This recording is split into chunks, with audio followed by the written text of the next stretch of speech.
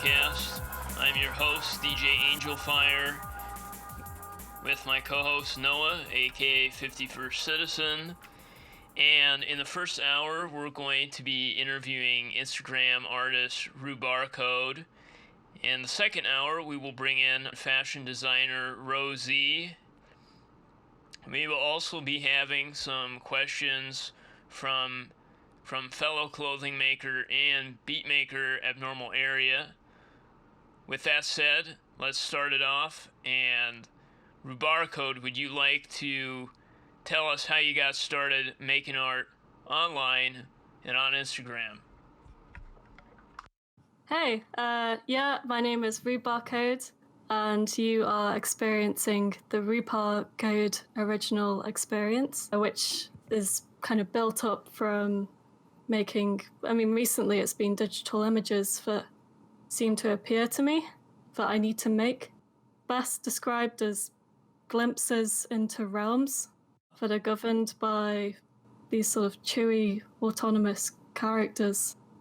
It's quite strange, quite vague feeling that I want to put into an image, sort of that it's taking you in to it. You mentioned before we started about video games, and looking at some of your images, I'm kind of reminded of some of like the wacky, zany designs of video game characters from the 90s. Something like a Crash Bandicoot or something like that. Were there any particular characters like that have influenced you? I think the characters that had the most impact on me were, it's quite an obscure game, I think, and it was my very first one, called Snowboard Kids. It's very low poly, kids with big noses and heads just plowing down the snow. And I think the Sonic characters are quite cool. I like Cheese, which is this blue ethereal rabbity thing. Yeah, and there was another one. It's mainly sort of N64 and GameCube games that really stuck with me. So Super Mario 64 and another one called Dash and the Giant. What I think is interesting about a lot of the art you do is that the characters do have this sort of video game character-like quality to them, but at the same time, they almost look like children's drawings rendered in a much higher level of graphic design and that sort of thing. And a lot of these sort of three-dimensional gradient textures almost remind me of, I don't know if you ever played this as a kid, but it was sort of like a drawing game called Kid Pick. No? No, I'm not familiar. Uh-oh. But yeah, I guess I'm just wondering, were there any drawing programs or that sort of thing you liked as a kid? Were you big into doodling in MS Paint, that sort of thing? Oh, yes. I made when I started using the computer, which is when I was about 7, to myself, rather than just watching family members use it. I would just go straight to MS Paint, and I made a calendar of images that we printed out and used. Oh, wow. Yeah, this looks really great. I'll save that for later. There's one program I'd love to use called Cosmic Blobs, but I can't seem to find it anywhere. That does seem very descriptive of a lot of your work, Cosmic Blobs. Yeah, I'm glad you honed in on the sort of childishly drawn shapes, because I really enjoyed the lo-fi style of Undertale, where things are a bit wonky. I've never really seen that in 3D stuff before. I like how, I don't know, on the topic of that sort of childlike style of drawing, I don't know if you know about Art Brut and these sort of art movement that you had in the 20th century, where people would start to draw in this intentionally childlike way with very exaggerated features, sometimes with crayons and things, very stereotypically a child sort of a medium. Yeah. And I guess it's really interesting to see those types of figures and representations sort of given this grand, rendered with a much higher level of understanding. That contrast is what I think really gives a lot of this stuff a certain spark. Mm. I like the simple aesthetic. It makes sense with nostalgia and memories, but I also want to take time with the render. It's a balance. I need sort of intuitive ways of working, I think is how children work, but also really anal, working complex computery stuff. Yeah, I know exactly how you feel because when I used to do my vaporwave art, basically it started as being lo-fi, and then what happened was I just started to get more interest. I want more detail, more detail, more detail, until finally it got to be too much that even I couldn't keep on top of it. I like to use a sort of snowball effect with the subjects. So the image usually ends up completely different at the end to when I started it. Do you feel like there's always like a strong vibe or like mood to your images? Yeah, it's something felt deep down. And it's hard to put into words, so I put it into the image instead. I would say it's concentrated vacancy. There's a lot of addictions. I usually have this feeling and then the need to manifest it. Are you doing all of your designs on like a certain program, or is it like? Oh, thank you. I heard the first half of that question and then the last few words, but to answer the what programs I use, it's like a mishmash of Paint 3D and That's sick. Photoshop and sometimes Blender if I'm in the mood. That's so cool. Yeah, I pretty much just said.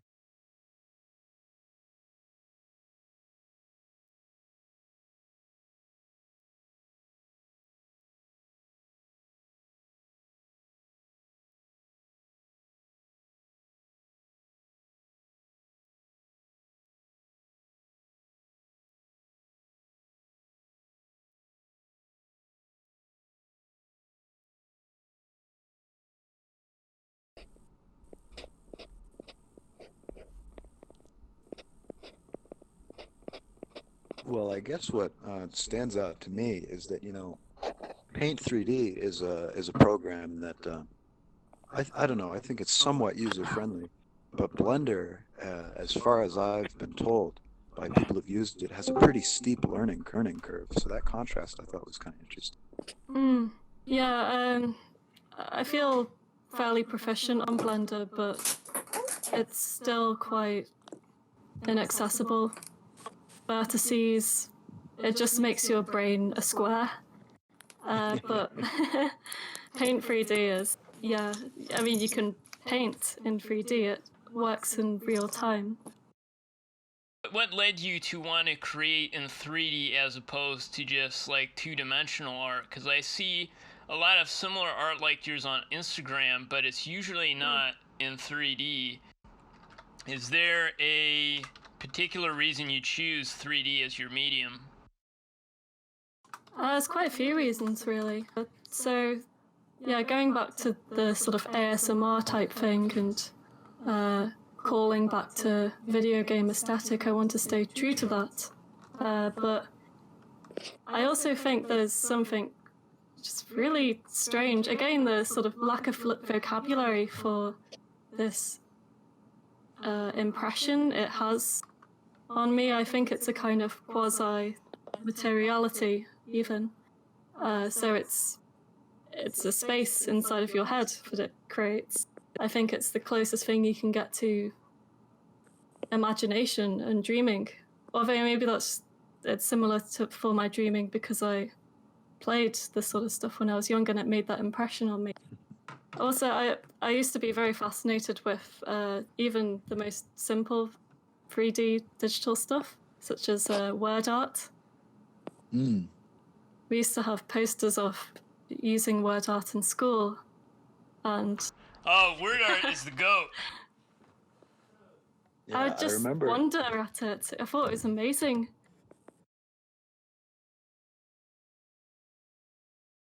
when I was in elementary school and they were first introducing all of us to Microsoft Word and some of the other Microsoft programs. They'd have us write simple sentences and stuff, but of course everybody would ignore that and immediately gravitate towards the upper right corner of the screen with the word art and make these funny curly green things, and they'd make it say something silly, and it was just a really, I don't know, it was just a really magical thing to be able to have something 3D just pop on your screen, even though it Yeah. was as simple as word art, like you said. I also thought that interesting that you mentioned the sort of dreamlike quality of some of these images, because I think for a lot of people who make art, dreams are a big source of inspiration, just because it's that time when your mind isn't holding back, late in the night, and all the things that you might repress throughout the day, or that you just didn't think, you just maybe didn't remember even, they come back full force, and you don't really have any control over it, to the point where it almost feels like some sort of a, you know something speaking to you, when really it's your brain speaking to you, telling you the things that you didn't want to think about throughout the day, and sometimes things that you just forgot about that were actually kind of pleasant. Yes, definitely. I think it's a kind of processing of what we've been through, and with a load of strange memories in there as well. But it's an entirely different life from that. When you have a dream, unless you like write it down, I typically won't remember when you make your art. Is there like a way that you kind of preserve your dreams to be able to channel that into your art, or how is that? I think if you get in the habit of it, then you're able to recall more and more of it. I do record my dreams, but sometimes I think it's a little lazy to rely on them exclusively for the art making process, because then you're just illustrating it. So I try and dream in real life as well, and dream within the creative process. What would you say to somebody who's new to making art? What would you encourage them to do? I would say look at everything and don't discriminate your interests. So just because you're making art doesn't mean you have to necessarily look at everything labeled as art. You can find art in other things as well. I feel that with music too, like very discriminating and like what I listen to. And not that, I mean, everybody has certain like tastes that they stick with, but I'm much more, I guess, lenient in my music preference than I used to be. And what I find is like, as I go out of the bounds of normal like interests, I find like new artists and I get new inspiration from that, if that makes sense. Yeah, I remember when I was in studying, I would cite, One-O-Trix Point Never and Aphex Twin as some of my main influences, and people would be surprised that I could cite music as a visual thing like that, but or sort of look down on that. Look down is quite a harsh word, but Yeah. yeah.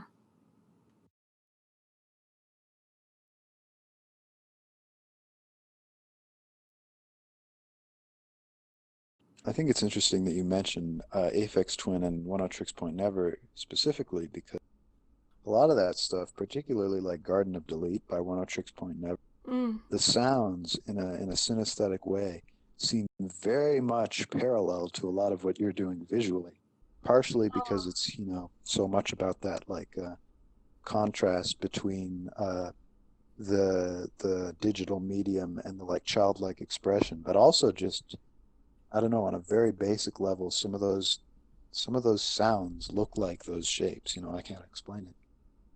That's really good to hear. Yeah, I've been trying to make music as well. Nothing official yet, but I love the garbled noises.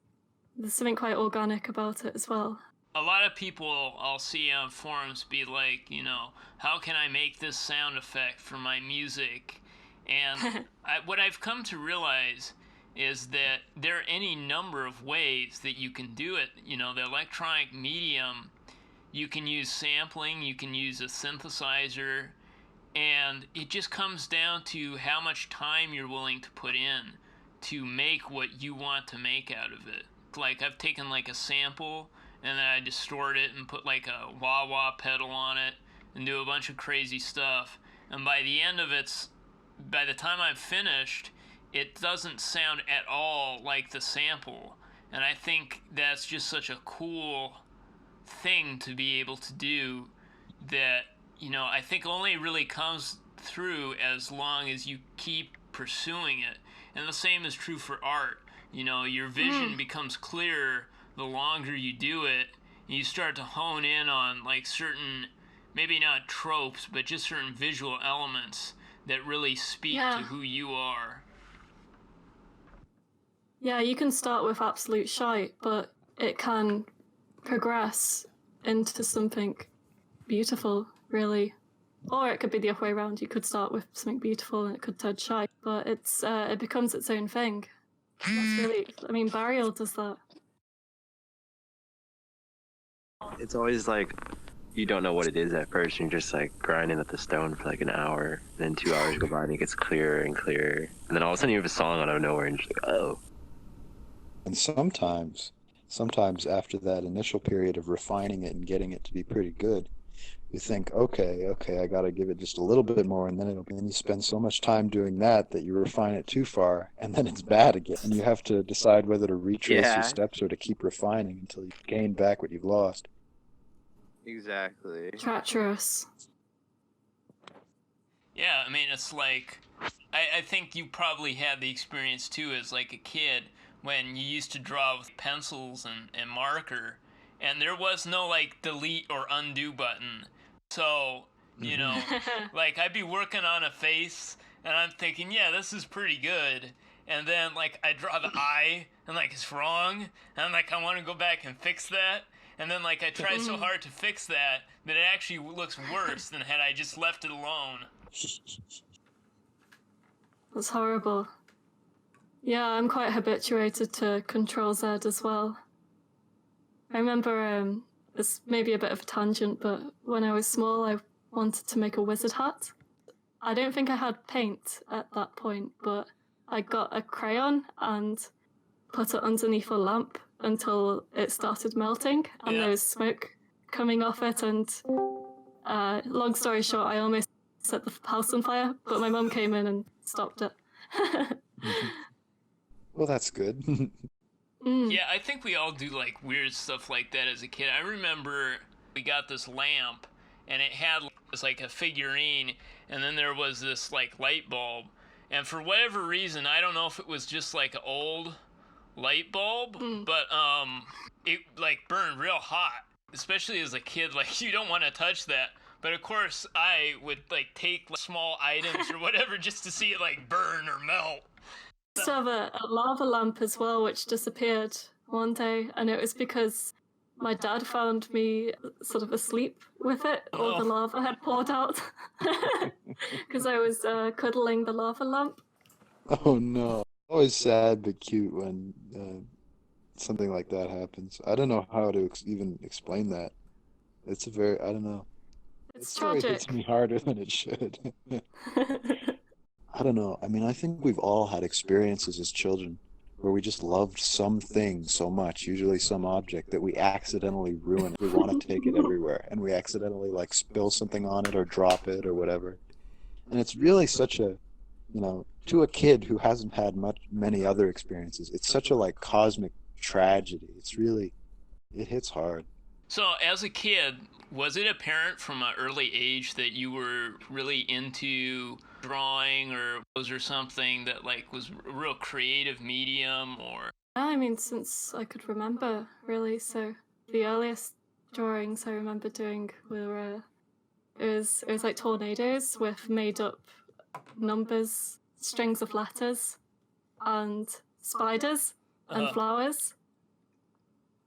And I would just draw these all the time, and it was sort of my logic of nonsense. But then when I went to school, I noticed that other girls were drawing hearts and princesses. So I tried to do that myself, but it just came out like monsters. That's great. I remember someone being scared by the spider drawings. Yeah. Yeah, I don't know. I mean, I think all kids, when they draw, maybe not all of them, but a certain group of kids who have that sort of artistic drive from a very early age will find certain symbolism or just objects they like to draw that like resonate with them. And they may not be able to explain why at a young age, but sometimes it carries on way later into life. You know, even if it's not the same symbols and objects or things that they're drawing, just that sort of personal thing, even though it's something that isn't exclusive to you. Like, you know, say you like drawing a certain animal. And I think that's probably where a lot of, like, you see people who really strongly resonate with the idea of a certain animal. Like a It spider. just becomes sort of their identity, not in like a fursona kind of way, although that might be related too, but just like people who really associate with a certain symbol. It comes from a really weird primal place. Yeah. Sort of my last project before the images was pretty much revolving around that. So I got really into manta rays. And yeah, I mean, it wasn't, I wouldn't say it was identity, like a persona, but it was more of a resonance with them. And I thought of this really dumb idea that they could be like pancakes underwater. Oh, I like that. Yeah. So that was the thing. Yeah. I like that, but also a manta ray fursona would be kind of sick. It's interesting too because I feel like insects and those kind of like spiders and all that, they seem easier to create in like a low poly kind of way. That reminds me, I started laughing because I suddenly remembered this TV show that came out when I was little called Bamzuki. I don't know if you had it. Okay. Kids would make, I don't know what program they used to make it, sort of 3D models, and they usually turned out like insects, all sorts of scorpion type things, and then they would battle. It was awesome. It was hilarious seeing them walk as well. Yeah. Sort of scrapple about. Yeah, I'm sort of imagining it now.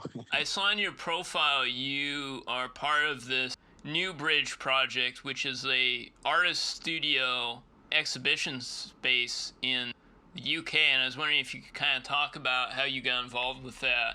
Cool. Yeah, it's called New Bridge. It's based in Gateshead, and it's basically a really good encouragement for students just after university and wanting to continue with art, and it's not too expensive, or there's sort of crits held and really supportive network. Yeah, it's really good. People seem very invested in creativity as well, and I've met some really nice people as well. But yeah, there's things like workshops and tea. You can make tea there and eat biscuits and have conversations with people and make your art. I went there a few years ago. It was just a kind of small bookshop. Now it's expanded into sort of artist studios. I'm really happy to be a part of it. Yeah, it's really good to just have like a nice, welcoming atmosphere where you can be physically with people who share an interest with you. Yeah, you need to be able to trust the place. I feel like experimental art and music scene, there's unfortunately like too many people out there who are exploitive, and like even we had a guest on, Michael Hofka, who's talking about how some galleries now are like forcing people to pay if they want their art, and there's a lot of gatekeeping, and like in online spaces, it's refreshing to be in a space where you're not having to deal with those kind of people, like in a positive way, where you're growing and actually being encouraged in your art. There's workshops on how to make it as an artist and how much you should charge people for your work. And I think digital work, especially because it's immaterial, performance as well. It's very, very hard to wring money out of that, because you can just take it. And it's good because it's part of sharing, but when you need to eat, it's a different matter. With your art and stuff, you of course mentioned music and Onitrix Point Never, Aphex Twins. How did you get into all that kind of music, that electronic music? Who introduced it to you? I feel like I just stumbled upon it eventually. I think I'd credit my dad mostly for this. Even before he started buying, Aphex Twin CDs, he would be printing off documents and I would dance to the printer. That sounds really weird. No, I know what you mean. Yeah, it was a good sound, and I didn't really find much else that I liked until I heard the Ambient series in some strange playlist online. I think until then I heard, like robot voices in, Scissor Sisters, Muse, and Gorillaz. Even S Club 7, when there's a robot voice, I really thought that was cool. And my dad bought some Aphex Twin CDs. Have you ever listened to Kraftwerk? Kraftwerk, yeah. Yeah. Yeah, he bought the Bicycle album. I think that was before the Aphex Twin, the Tour de France banger. My friend was saying, a lot of people say the Beatles is a very influential thing in music, but he was arguing that Kraftwerk was just, if not more so, influential to modern day music. Yeah, I mean, it basically introduced techno to the masses, didn't it? Yeah, like African Bambaataa, all that stuff that came to the US and then went back to your country and became breakbeat hardcore and all that stuff, the early rave days. That era of like the early 90s seemed like a really like magical time, at least in my mind. Yeah, really optimistic. It's quite sad. Yeah. I think that's what Burial is doing. Music about the loss of these days, and I think he was listening to rave tapes and his sister's rave tapes in his bedroom or something.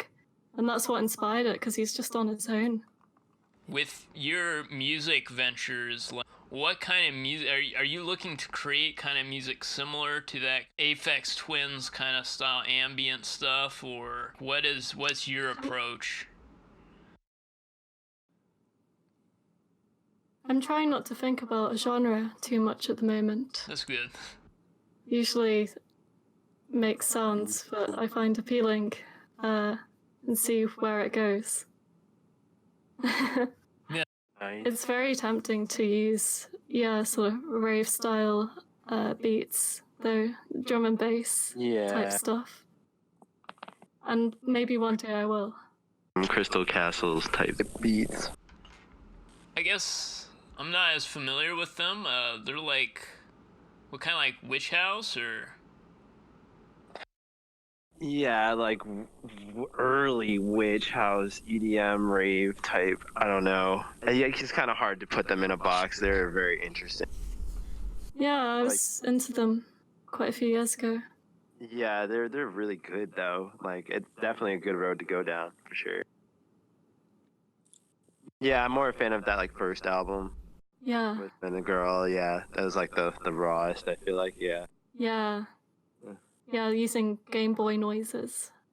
I got it. Like, I started following this stuff in 2013, I think I'd say. But I feel like, obviously that stuff is much older. 2011, 2012, probably. Yeah, I'd say C-Punk is, 2011. I literally just started noticing vaporwave. I didn't even know that was a word until like 2 years ago. I literally made a song over a vaporwave type beat. 100 plays. Yeah, Werewolf, that song Werewolf, that's a vaporwave type beat. Okay, so at this time in the podcast, we're going to go to a quick break, And when we come back, I will introduce the second guest, RowZ brand. She is a Instagram clothing maker, and we will also bring our first guest, RhubarCode, in as well. So stay tuned for that. We'll see you in 15 minutes. Thank you. Cool. I'm gonna make some tea.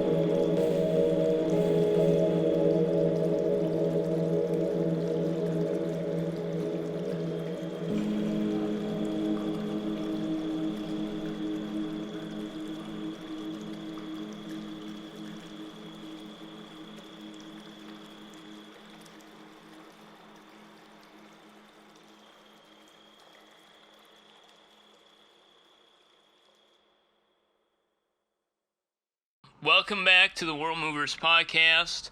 We have just been talking with our first guest, Instagram artist RhubarCode. At this time, we're going to bring in, yes, a second guest, RowZ brand. She operates a Instagram with some of her custom clothing, and I just want to ask how you got started on this and what led you to get in the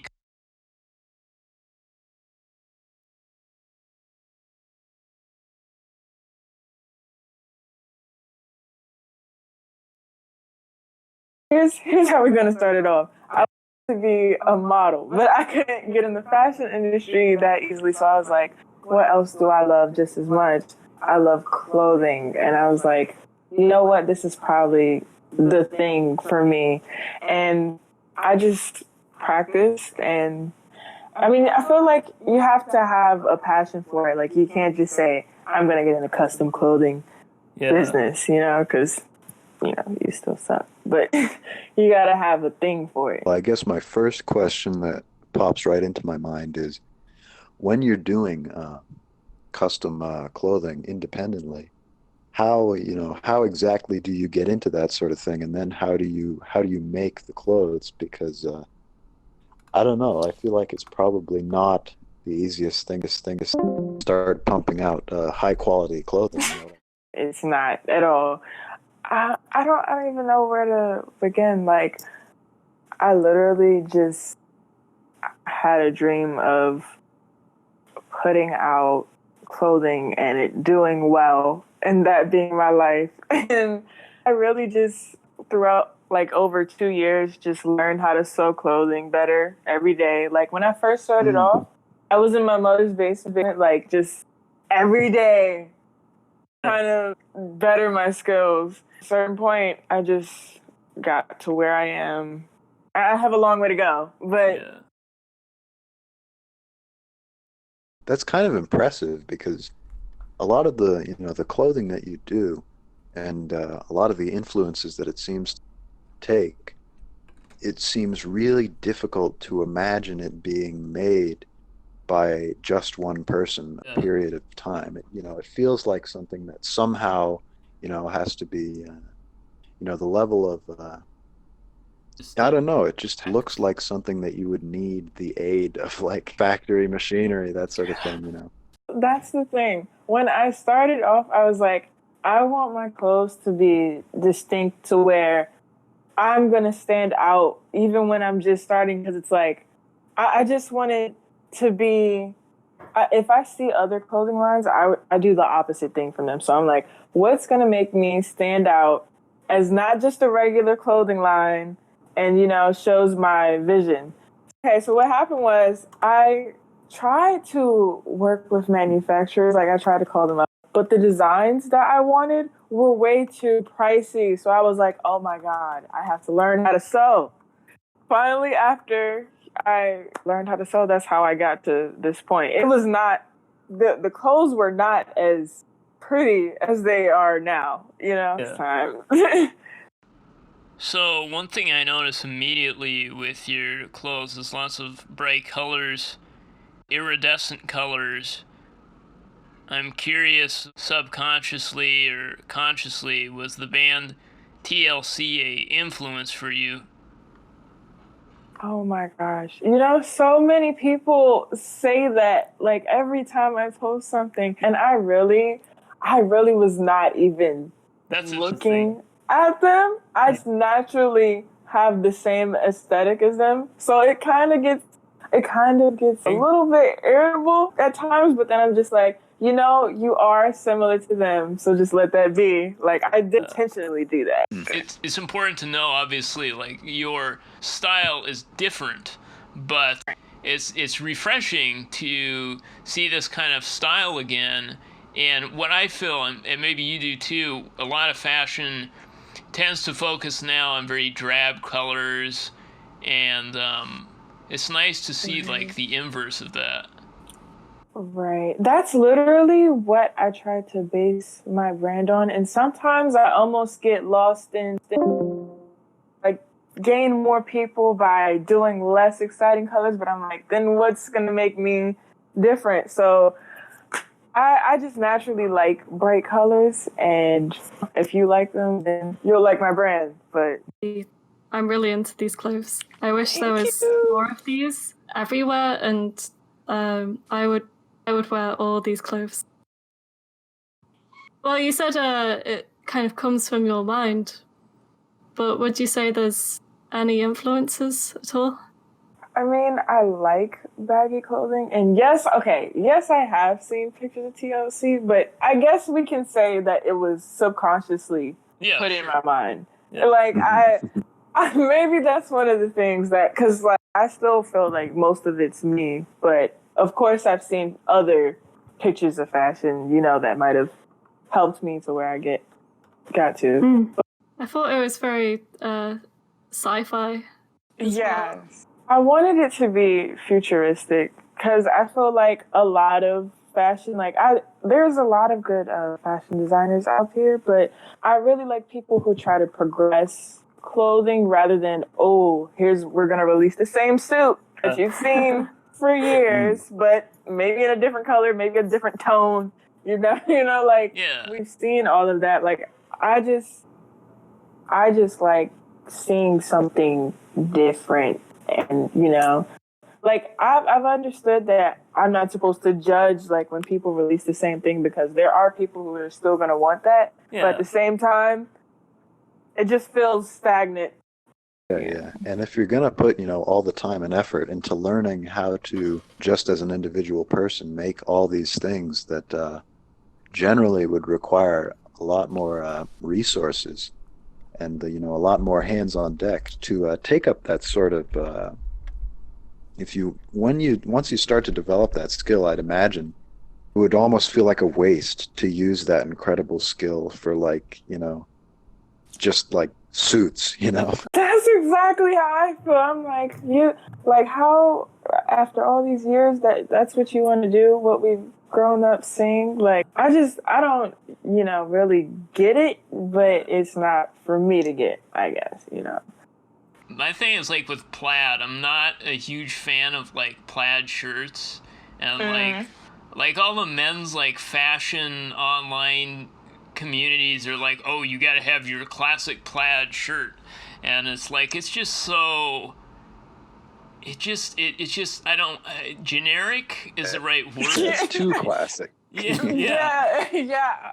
I'm just sick of it. I don't believe in following certain rules when it comes to fashion about, like, you should have this thing. Like, I feel like nowadays, you can't really say that you need a certain piece. Like, every generation before us, they had, like, a certain style. But this generation is just, like, just wear what you like. Yeah. It doesn't matter what it is. Like, I feel like kids just wear whatever to express themselves rather than saying, this is what I need. Unless you just don't have an idea of what you like and then you're trying to find yourself, I guess. But as far as, just put on whatever, man. Like, I think back to, like, the early 2000s, baggy pants and big shoes, the thing, and then they kind of were clowned upon for a long time.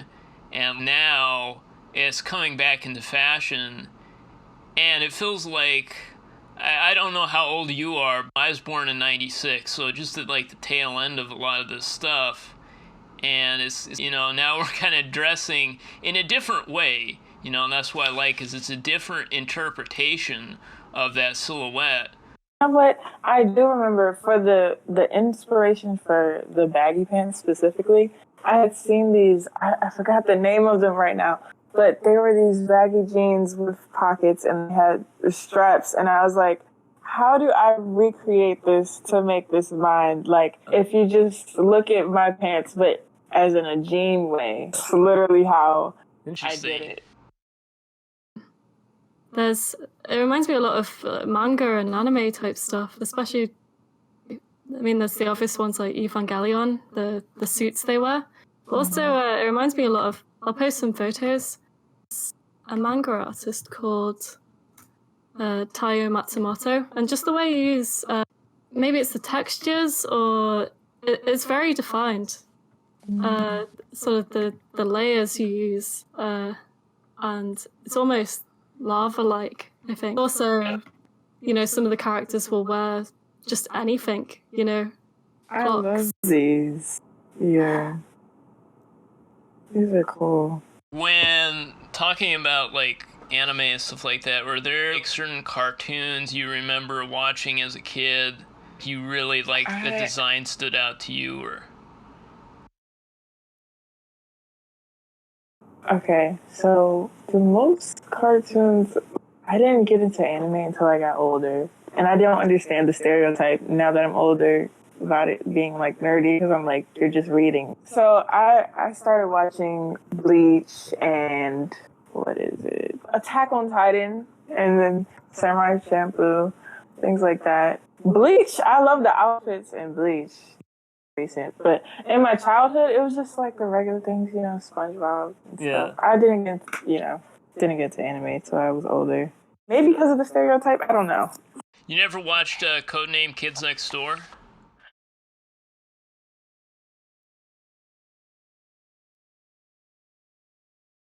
Oh yes, I had a game too with that. Yeah, I feel like that kind of silhouette, very like Y2K. Yeah. You also have collaborated with making custom clothing for music artists. Would you like to kind of talk about various artists you've worked with and the whole process of collaborating with their vision?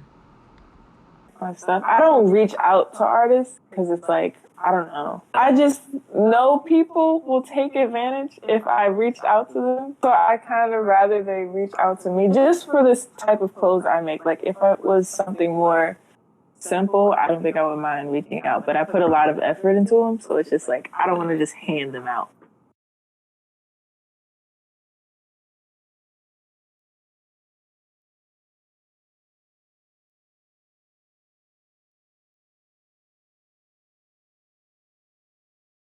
Who was the first artist that hit you up?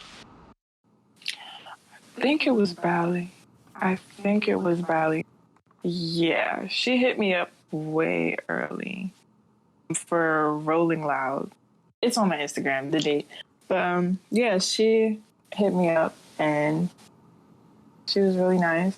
And she bought 2 pairs, which was really nice. So she really liked them. I like this career because it exposes you to people you usually wouldn't talk to. I have some people following me that I'm just like, this would never happen. I don't know if it's intentional or not, or maybe it's not connected at all, but I do feel like I see a big sort of rave influence in a lot of these articles of clothing.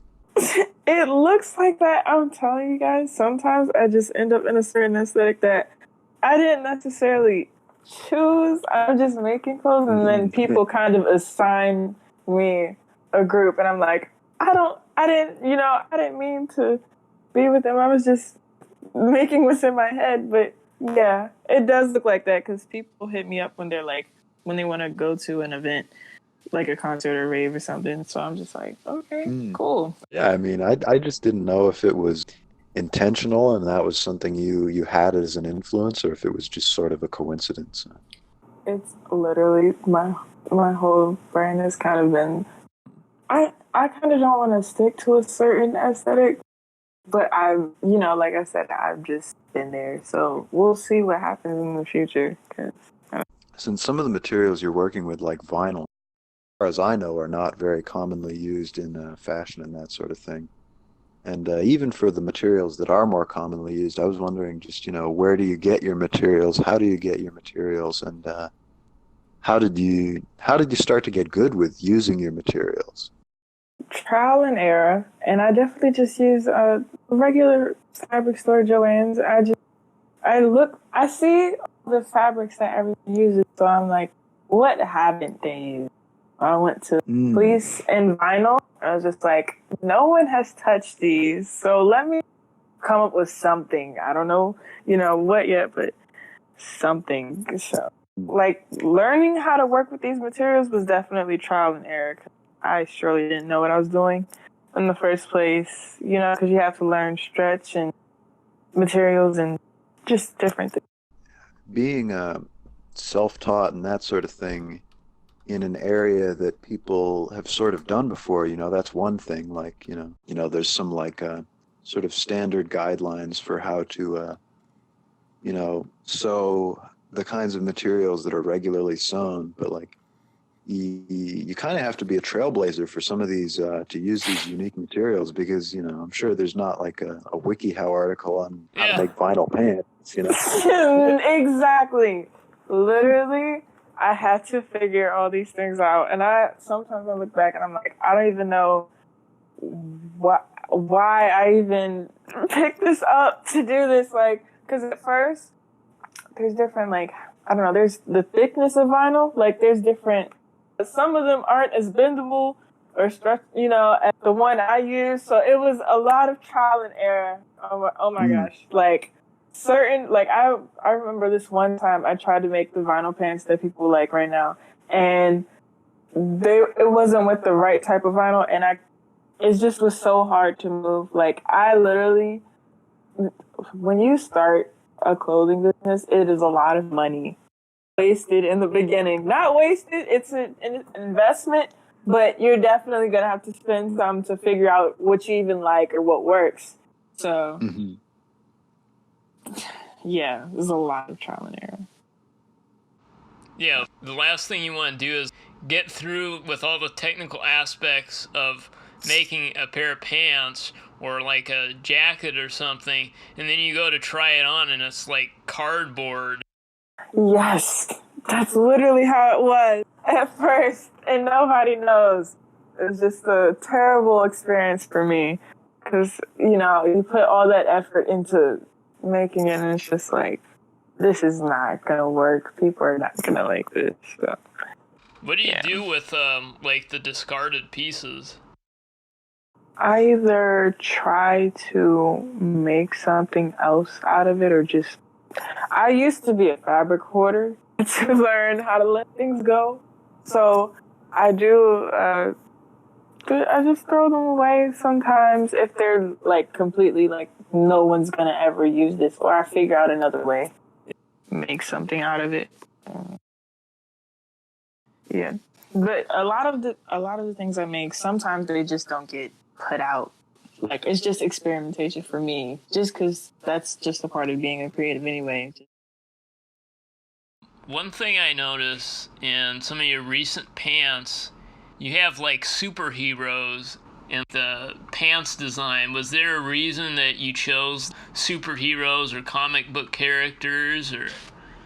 I don't know. I just wanted to put holes in the pants originally in like a different way, and then I was like, oh my God, but what if I put something under the hole for people to like look at? And then I looked at cool prints in Joann's. I was like, it was a whole Superman print. Not a Superman, but superheroes. And it's like, this Batman one looks really fitting for these pants. Yeah. So I'm going to try this one, Like we said before, everything's coincidence. Like, this just happens to work, so let's try it out.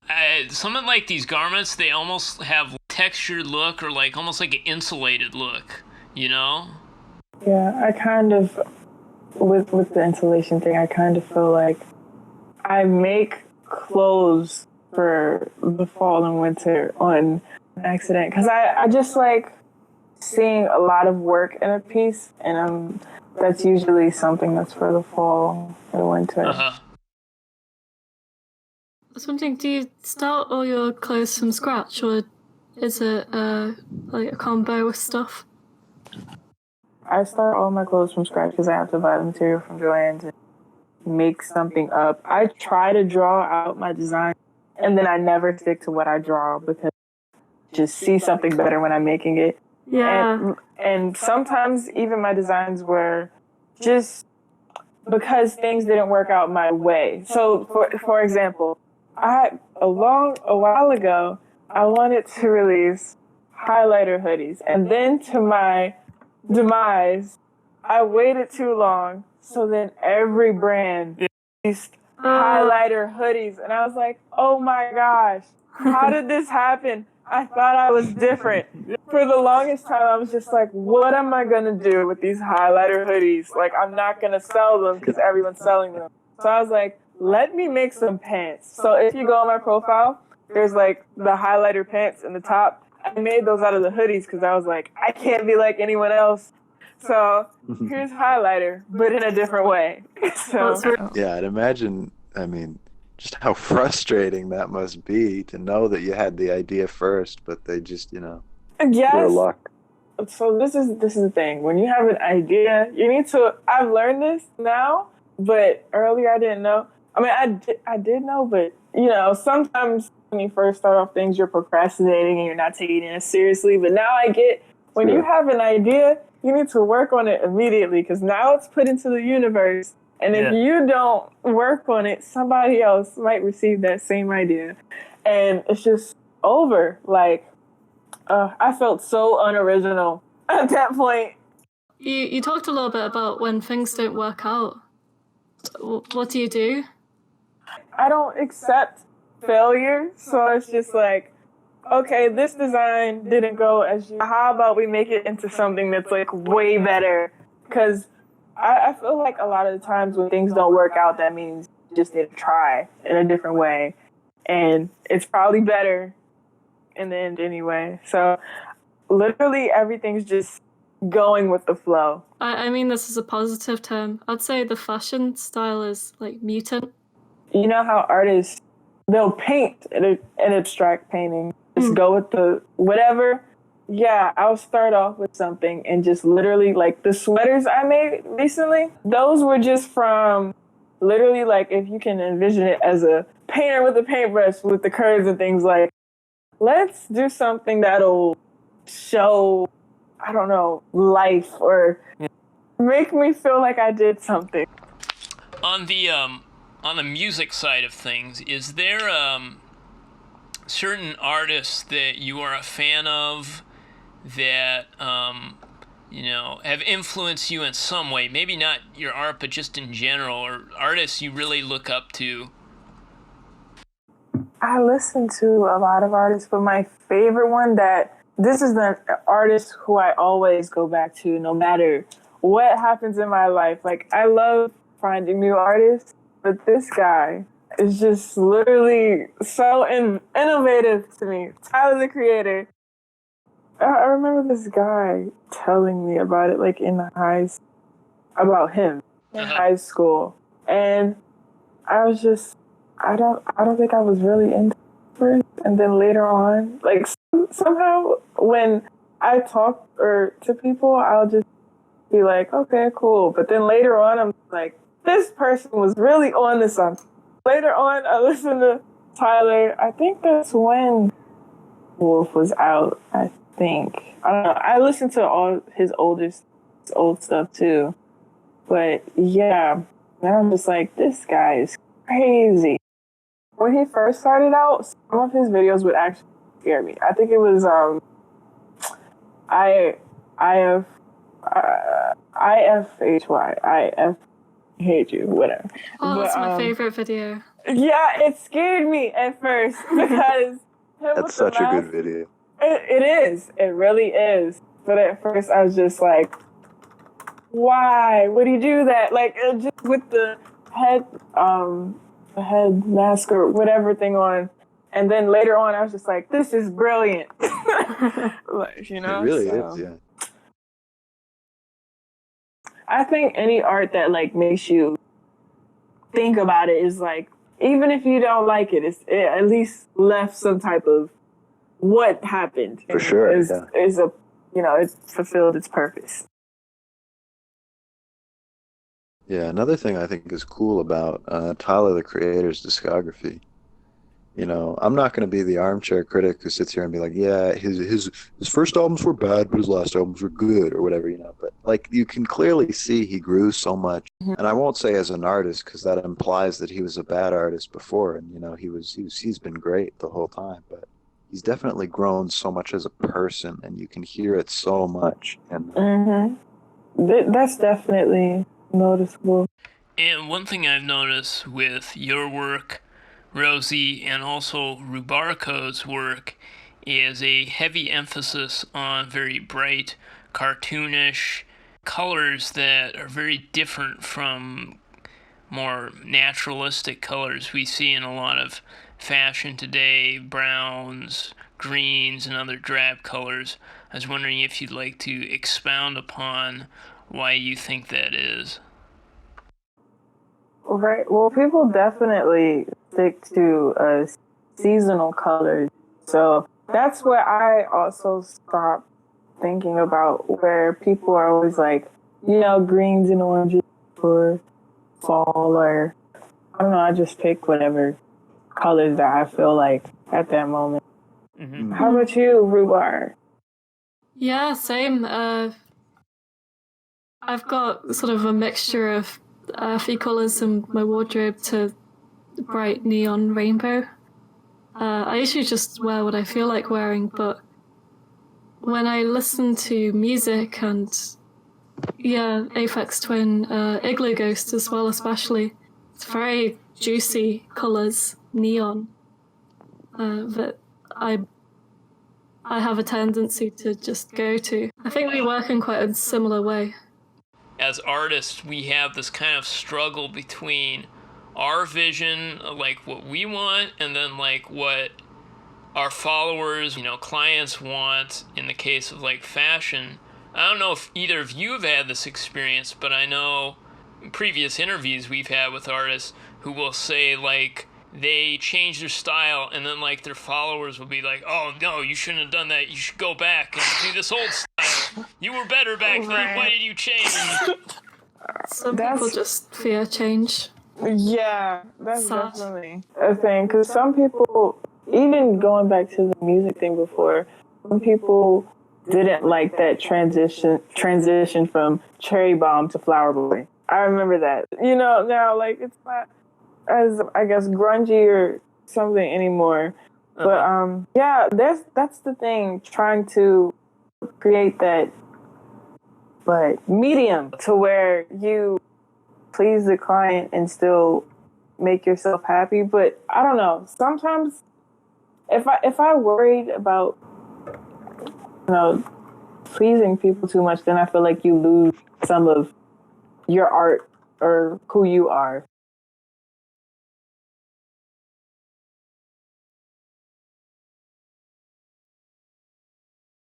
I don't know why they can't just be content with wearing the old stuff or listening to the old stuff. They kind of demand the same thing over and over. Right, like the same suits. Yeah, I don't know, man. Yeah. And, I think a lot of artists know in their heart, regardless of what they think their audience wants or not, they still, just to keep themselves entertained, have to give some sort of change, shake it up, have some sort of progression. But they just feel sort of paralyzed by this weird disembodied fear that somebody might not like it if they change. That they just find themselves totally stuck in a rut. And so I think we actually, because of that, we find a lot of great artists that either A, they have this extreme sort of ballsiness and confidence, and they, couldn't, they just really are going to do whatever they need to. And also artists that just have no audience whatsoever, and they know it, and they're like satisfied with it, and they live in a sort of zen.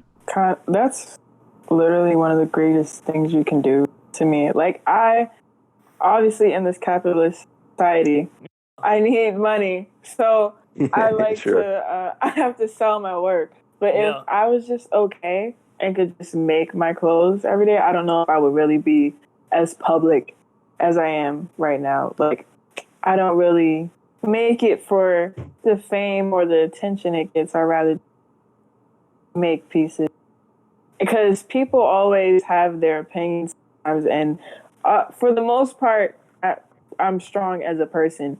But some days it's just like, why would you say that? Like, why? Like, people just have out of the wall comments about the clothes I make because they're different, and it's just like, I didn't feel like it today. Yeah, I think even the strongest among us have some days where they're just like, I don't want to hear it. I can't handle. Well, that was that's what happened to Keith Emerson, the Emerson, Lake and Palmer the band from like back in the 70s. He just went crazy because his audience like turned against him, or like a certain portion online, and he just didn't know how to deal with the trolling, and it freaked him out. It was a really sad thing because it led him to suicide, which is just terrible. Right. That's really... Yikes. People, honestly, once you put your art out on social media, I think you should literally just make sure that you're okay with who you are. Because these people say anything because they want attention off of what you make. They're like, I hope this gets the retweets. No, now you're just mean publicly. Yeah. So, Yeah. yeah. Yeah, and I mean, a guy like Keith Emerson, who was so still has huge following, but having been born in a very different time, I guess, trying to adapt to the internet, where it's much easier to sort of hear people's thoughts, so to speak. It's a very tall order, difficult thing to try to do. Whereas I feel like, people like you, in a way, they have an advantage because they've been toughened up by it, because it's all they've ever known is, an internet audience and doing business in that way. And so, right. Definitely when you grow up on the internet, it's different than just getting on it. Because if you just start now, you're just going to be like, why is everyone so mean?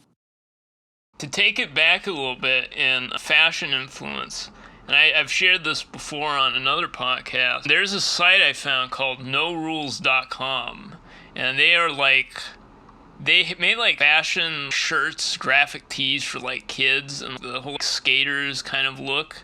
Their website hasn't seen an update since probably, I don't know, the 2000s or something. And I recommend both of you to check it out because their character designs are really wild. Oh, yeah. These are cool. You have taste.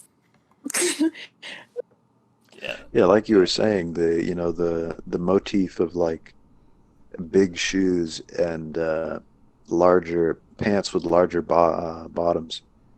These, I don't know. I like that these characters completely embody that with just these huge feet, Right. That's definitely the thing now to where platforms. It's like we're reinventing the early 2000s our own way,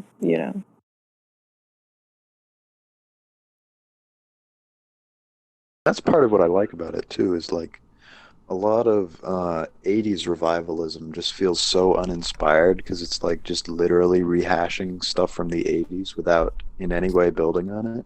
Whereas I feel like a lot of this Y2K type revivalism has a lot more to do with taking the ideas from that time period that sort of died out just because like all trends sort of come and go in a cycle, and expanding on them, because really they were so rich with ideas. Their time, they died young, so to speak, and there's so much more that we can milk out of them, so many more interesting variations you can make with them. Right. And I think a lot of people are realizing that now.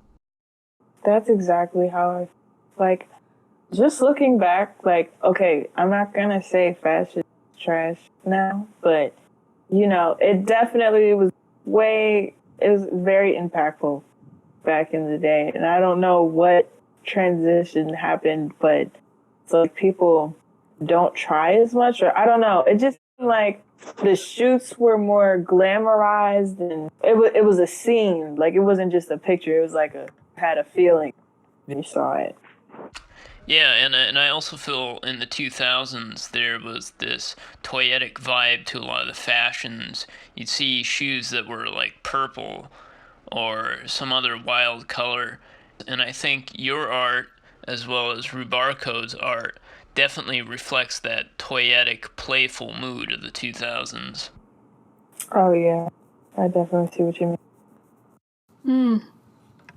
I'm also, have you heard of, is it Swear Shoes? Oh, yes. Classic. Yeah. I love the logo, like the old style logo they have. It's like graffiti looking. Oh, yeah, it's so good. Yes, there's actually a pair I was looking on Depop because I bought some Buffalo shoes a while back. My size 10 is really hard for me to find those like, old school rave shoes. I found these shoes. They're swear shoes, and they're a little like too ridiculous for me. They're also like $200, which I'm a cheapskate maybe in some people's minds. I wouldn't pay like $200 for a shoe. I mean, me personally, I just, it depends on if the design matches the price. Like, I'm not gonna pay for a $300, $400 t-shirt, but if it's like a piece, then it's like, okay, I might consider it. Of course not right now because I'm still working on my life. In the future, to be like, you know, as long as it's something that speaks, then okay. But Yeah. I just can't buy anything just because you put your brand on it. Yeah. Like a Raf Simons $1,000 black hoodie. Yeah, I think Guess shoes are worth the price. I just don't have the money. I trust you are aware of like the hype beast and like all that stuff, right? Vaguely. Or like the Supreme era. The kids are like, yeah, you know, my whole look, I've got like $5,000 shoes and I've got a $1,000 Gucci belt, and it's like, dude, that's just an ordinary belt. You got robbed, man. Yeah, they're more poor now. Yeah, I hate that type of thing because it's like, where's if everyone has it and it's just like, what are you guys trying to prove by spending this amount of money that you can just spend it? Because it's not really that great of an outfit. You know, people, I feel like if you paid a certain amount for an outfit, it should look like it. Like, I shouldn't be like, oh, you paid that much for that? That's unfortunate. Wow, I just saw the swear shoes you post. Those are like, oh man, they are good. I wish that they were my size, and like I might have to hit I wish they still made them. They do, but they have an Instagram. I think it's Swear London, and yeah, I mean their newer stuff is okay, but I don't know. It's hard to recreate that magic. Like, I know that I'm kind of a hypocrite. Like, here we are talking about people that say, well, I don't like your new stuff, but like truly the new stuff of like Swear, it just doesn't speak to me. Like, I mean, it's still good, but I don't know, it just, yeah, It looks modernized. Like, they didn't stay with their aesthetic to the T. Like, it's there, but it's just not. I feel like they're just trying to comfort everyone. I believe in progression for a brand, but this is definitely more. But they're still cute. Yeah, they're still good, but I think they've reduced them because they used to be really twisted, and I don't think they've twisted it further. Could you get any better than that, though? This is the thing.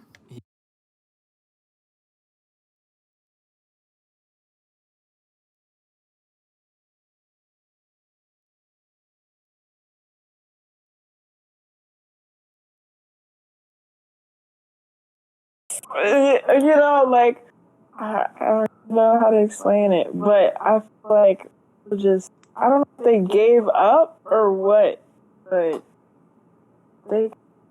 there's definitely ways they can flip it. Maybe they will in the future. maybe we'll see winkle pickers in the future from them. Winkle pickers. Oh, I gotta show you this. Alright. These are the absolute most ridiculous shoes. Well, I have to find the right ones, because, like, there are different degrees of it.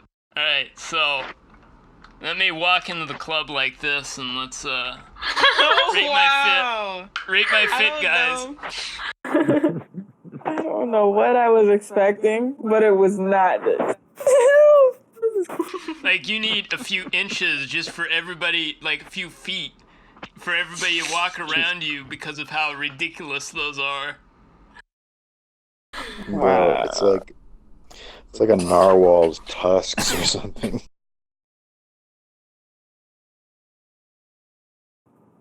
This would definitely make a great statement for a shoot, though. Somebody needs to bring that back. Photo shoot. It reminds me of photos of when people grow their nails really long. Oh, no. Yeah. Yeah, it's the same sort of thing. Before we got to the break, we were talking about music, and I know taking back even further, you had mentioned about PC music. Are there any artists on that label, or just in general, like you really gravitate to? I mean, I'm a massive Sophie fan. She's at the forefront of it at the moment. Yeah, I saw her live in Bratislava last year. Wow. It was just wonderful. And I quite like Girlfriend of the Year. Oh, yes. Yeah, good choice. Yeah. And I'm trying to think. My introduction to all that was that Hey QT video. Yeah, I remember that was mine as well. I love easy fun too. You couldn't tell if it was serious or not, but then I think as time went on, that didn't matter, and I guess it was serious for me. It's good music. Easy fun. I like how there's this vaguely uncanny and also threatening feeling to the 3D music video. I don't know if that's just me, but it just has in a general way that kind of uncanny quality to it, which I really like. Yeah, it's exaggerated to the point of I want to escape. PC music is really good at evoking that sort of thing. Funny enough, I remember I've probably talked about this before, but my introduction to PC music was the Vince Staples album Big Fish Theory, which was produced by Sophie, and it was just such a weird style of production. I had never heard it before, certainly not on any hip hop album, and it just kind of led me down a rabbit hole from there. Yeah, I feel like a lot of people didn't Big Fish, but it was really interesting to me. Like, I still listen to it, but yeah. Yeah, I've not heard it. I recognize the cover looking it up for YouTube algorithm. Yeah, I would recommend it. If you like Vince Staples or PC music, I think just seeing the way that they intersect is really kind of fascinating, because it works a lot better than you might think. I guess start this off with you, Rosie. How did you get your name for your clothing brand? I felt this would come up. Me and my old friend were trying to figure out ways to scramble my name. Okay, I'll say my first name because that's just going to come out anyway. Zaria. At first it was RowZ, but then that kind of gave off something that I didn't intending on, So RhubarCode, what was the story with your name? I was writing hundreds of words and trying to find one that I liked, combinations of words. And I liked rhubarb, which I think I wrote because of the Aphex Twin song, but it wasn't enough. So thinking, how can I merge this into another word, portmanteau style? So yeah, RhubarCode. That's awesome. Very cool. I don't code. Yes. And you're not a rhubarb? Yes, I am. Well, just be careful. Somebody might try and turn you into a rhubarb pie, so... Oh, no. Yeah. I do like the... Have you ever sat underneath rhubarb? No, I have not.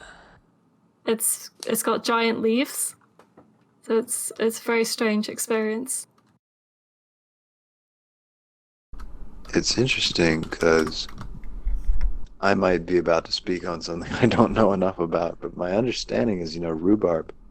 I've had rhubarb pie before, and it's very, very kind of sweet, but it doesn't grow like any other fruit. It grows like a vegetable, and it's essentially a vegetable. So I don't know. It's interesting stuff. Well, it's been fun having both of you on. I'm just gonna throw out there a RhubarCode RowZ collab. Would love to see that happen. I'm sure you guys are all busy with a ton of other stuff, but I would love to see that happen. Yeah, I definitely love Yeah. art.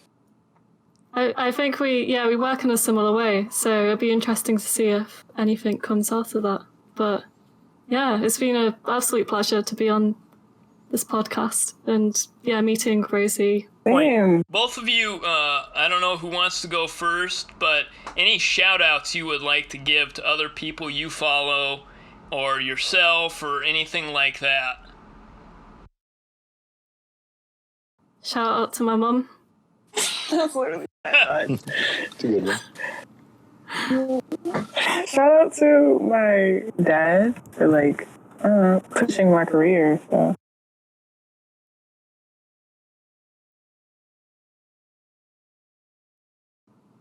Also, reciprocating dad shout outs, producing me to the printer, and especially support, parents.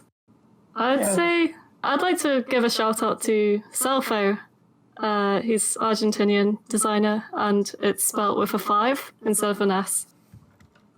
I think the last person I'm gonna say is Rob Don.